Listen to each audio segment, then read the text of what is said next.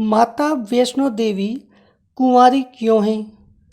माता के अधिकांश स्वरूप सुहागिन की तरह पूजे जाते हैं। फिर माता वैष्णो देवी कुमारी कन्या रूप में क्यों पूजी जाती है? त्रिकुट पर्वत पर विराजने वाली माता वैष्णो देवी का धाम माँ जगदम्बा का जागृत पीठ है। माता वैष्णो देवी के भक्त दुनिया भर से आते हैं और माता से मनोकामना पूर्ति का वरदान लेकर जाते हैं। माता वैष्णो देवी के मुख्य भवन पर पहुंचने से पहले एक अर्धकुमारी गुफा भी आती है, जहां से भक्तों को रेंगकर पार करना होता है। कहते हैं माता वैष्णो देवी के भक्तों के लिए यदि हर बार संभव न हो तो भी कम से कम एक बार तो अर्धकुमारी गर्भ गुफा से पार कर जरूर जाना चाहिए। धूमावती माता और एकाध अन्य माता के स्वरूपों को छोड़ दे तो माँ जगदम्बा ज़्यादातर जगह सुहागिन रूप में ही पूजी जाती है।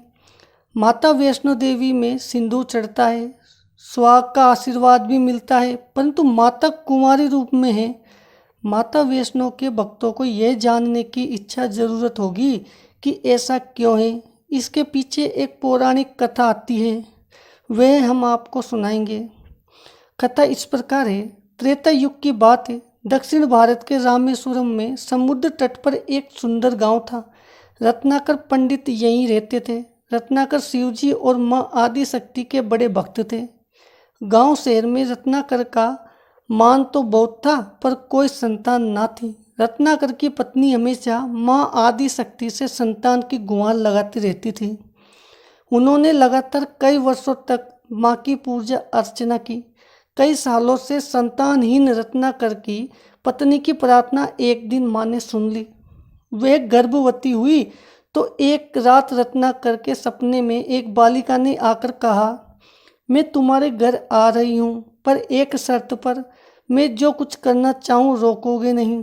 पुजारी और सिद्ध पंडित रत्नाकर को यह आभास हो गया कि माँ आदि शक्ति के सत्य, रज और तम को दिखाने वाले तीन रूप माँ सरस्वती, माँ लक्ष्मी और माँ दुर्गा ने मिलकर ही इस कन्या का रूप लिया है। नियत समय पर इस दिव्य कन्या का जन्म हुआ। रत्नाकर को यह भी पता चल गया था कि यह कन्या माँ आदि शक्ति ने धर्म की रक्षा के लिए ही प्रकट की है। रत्नाकर उसी भाव से कन्या का लालन पालन करने लगे।